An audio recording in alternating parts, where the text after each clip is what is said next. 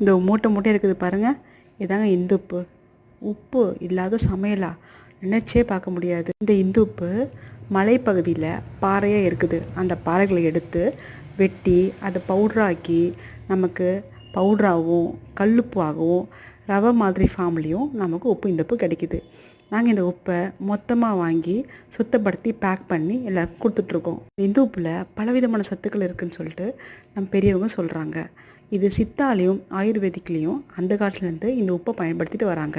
இந்த உப்பு கடல் உப்பை காட்டிலும் கொஞ்சம் கருப்புத்தன்மை கம்மியாக தான் இருக்கும். நம்ம அதுக்கேற்ற மாதிரி கொஞ்சம் கூடுதலாக பயன்படுத்திக்கலாம். இந்த உப்பு உடம்புக்கு நல்லதுன்னு சொன்னாலும் நாம் அதை அளவாக தான் பயன்படுத்தணும்.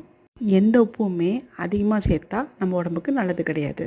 நாங்கள் இந்த உப்பை தரமாக வாங்கி நல்லா சுத்தப்படுத்தி பேக் பண்ணி எல்லா ஊருக்கும் நாங்கள் அனுப்பிச்சிட்ருக்கோம். உப்பில்லா பண்டம் குப்பை இல்லை அப்படின்ட்டு பெரியவங்க சும்மாவை சொன்னாங்க.